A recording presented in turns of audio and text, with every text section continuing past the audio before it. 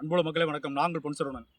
நெஞ்சி பொறுக்கதில்லையே நிலையற்ற மனிதர் நினைத்து விட்டால் அஞ்சு அஞ்சு சாவாரோ வையகத்தில் அப்படி சொல்லுவாங்க. இப்போ தொடர்ச்சியாக பார்த்தீங்கன்னு சொன்னால் கிட்டத்தட்ட நீண்ட காலமாக இந்த பிரச்சனையை பற்றி பேசிகிட்டு இருக்கோம். இது வந்து 1000 ஆண்டுகள் பழமையான ஒரு கல்வெட்டு. இது சோழர் காலத்து கல்வெட்டு. இந்த கல்வெட்டை பாதுகாக்க வேண்டிய பொறுப்பும் கடமையும் வந்து தமிழ்நாடு அரசுக்கு இருக்குது, தொல்லியல் துறைக்கு இருக்குது, சேலம் மாநகராட்சி இருக்குன்னு சொல்லிட்டு நம்ம பார்க்க கத்திக்கிட்டே இருக்கிறோம். தமிழ்நாடு ஏரி பாதுகாப்புக்கு சார்பாக பார்த்தீங்கன்னு சொன்னால் சேலம் மாநகராட்சி மேயர் அவர்களை கமிஷனர் அவர்கிட்ட பார்த்தீங்கன்னா மனு கொடுத்தோம். இங்கே ஒரு கல்வெட்டு இருக்குங்க, அந்த கல்வெட்டை பாதுகாக்க வேண்டிய கடமை இருக்குது. இது வந்து பனமரத்துப்பட்டி ஏரியை வந்து உருவாக்கின நபருடைய வந்து பேரை வந்து பொறிச்சிருக்கு அப்படின்னு சொன்னோம். இந்த பனமரத்துப்பட்டி ஏரி பாருங்கள், இந்த பனமரத்துப்பட்டி ஏரி வந்து முழுசாக இது 1000 ஆண்டுகள் வந்து ஒரு பழமையான ஒரு ஏரி அப்படின்னு சொன்னால் நீங்கள் ஏதாவது நம்புவீங்களா? 1000 ஆண்டுகள்.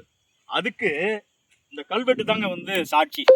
இந்த கல்வெட்டு நம்ம என்ன சொல்கிறோன்னு கேட்டிங்கன்னா, இந்த கல்வெட்டை வந்து இன்னைக்கு மழையில் வந்து நிலையுது, வெயிலில் காயுது, 1000 ஆண்டுகளாக இப்படியே இருக்குது இல்லையா? நம்மளால் என்னன்னு கேட்டிங்கன்னா ஒரு 100 ஆயிரக்கணக்கான மரங்களை உருவாக்க முடியும். இன்னும் சொல்ல போனால் நூற்றுக்கணக்கான ஏரிகளை உருவாக்க முடியும். ஆனால் இது போன்ற ஒரு பழமையான சோழர்கள் கல்வெட்டை நாம் உருவாக்க முடியுமா?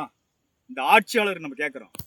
இந்த ஆட்சியாளருக்கு நம்ம என்ன சொல்கிறோன்னா, இந்த கல்வெட்டு இன்னைக்கு வந்து பாருங்க, நீங்களே பாருங்கள், அடிக்கிற வெயிலில் மண்டை எனக்கு வெடிக்கிற மாதிரி இருக்குது. எனக்கே எவ்வளோ இன்னைக்கு அவ்வளோ கிட்டத்தட்ட பார்த்தீங்கன்னா ஒரு 100 டிகிரிக்கு மேலே போயிடுச்சுங்க, வெயில் தாங்க முடியல. அந்த என்னன்னா 1000 வருஷமாக இந்த கல்வெட்டு இப்படியே தாங்க இருக்குது, வெளித்தோற்றமாக தான் இருக்குது. நம்ம என்ன கோரிக்கை வைக்கிறோன்னு சொன்னால், இந்த சோழர் கால கல்வெட்டு பனமரத்துப்பட்டி ஏரியை உருவாக்கிய கண்ணன் தேவன் மகன் கங்கை கொண்டான் என்பவர் சோழர் காலத்தில் இந்த பனமரத்துப்பட்டி ஏரியை உருவாக்குனாரு, அதனுடைய கல்வெட்டு தான் இதுன்னு நம்ம சொல்கிறோம். இந்த கல்வெட்டு என்ன சொல்கிறேன்னு கேட்டோம்னா, இன்றைக்கி இருக்கிற தொழில்நுட்பத்தில் அறுத்து கொண்டு போய் பனமரத்துப்பட்டி ஏரியினுடைய முகப்பில் ஒரு ஷெட் இருக்குது, அந்த ஷெட்டில் காட்சி பொருளாக வைக்கலாம். ஆக இந்த கல்வெட்டை பாதுகாக்க அந்த அதாவது கழுதைக்கு தெரியுமா கற்பூர வாசனை அப்படின்னு சொல்லுவாங்க. இவங்களுக்கு தெரியுமா கல்வெட்டினுடைய அருமை தெரியுமா? நம்ம வந்து உண்மையாலுமேங்க நாம் வந்து இந்த கல்வெட்டை பாதுகாக்க ஏதாவது செய்ய முடியுமான்னு சொல்லிட்டு யோசிச்சுட்டே இருக்கோம். இந்த கல்வெட்டை நம்ம பாதுகாக்கனா கூட இன்னைக்கு வந்து இங்கே ஒரு ஷெட்டு போடணும். இந்த ஷெட்டு போட்டால் கூட இங்கே மழை அதிகமாக பெஞ்சிச்சுன்னு சொன்னால் கிட்டத்தட்ட 10 அடி தண்ணி மேலே வந்து கல்வெட்டுக்கு மேலே வந்து நின்றுக்குச்சின்னு சொன்னால் அந்த ஷெட்டு கூட வந்து ஒன்றும் பயன்படாது.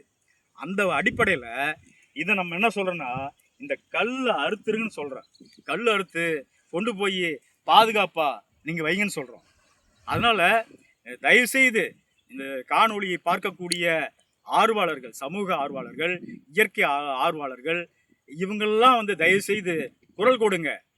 நம்மளால் என்னென்னு கேட்டால், நம்மளால் பாதுகாக்க முடியும்னு சொன்னால் நாம் ஒரு சாமானிய மனிதர்கள். கிட்டத்தட்ட இதில் இந்த ஷெட்டை ஒன்று போட்டினா கூட ஒரு ஒரு 50,000 1 லட்ச ரூபாய்க்கு மேலே செலவாயிடும். ஆனால் இது அரசாங்கம் செய்யலாம்ல, ஏன் செய்யலைன்னு சொன்னால் இதை பற்றி அவர்களுக்கு எந்த அறிவும் கிடையாது, புரிதலும் கிடையாது, அதனால் அது செய்யலை.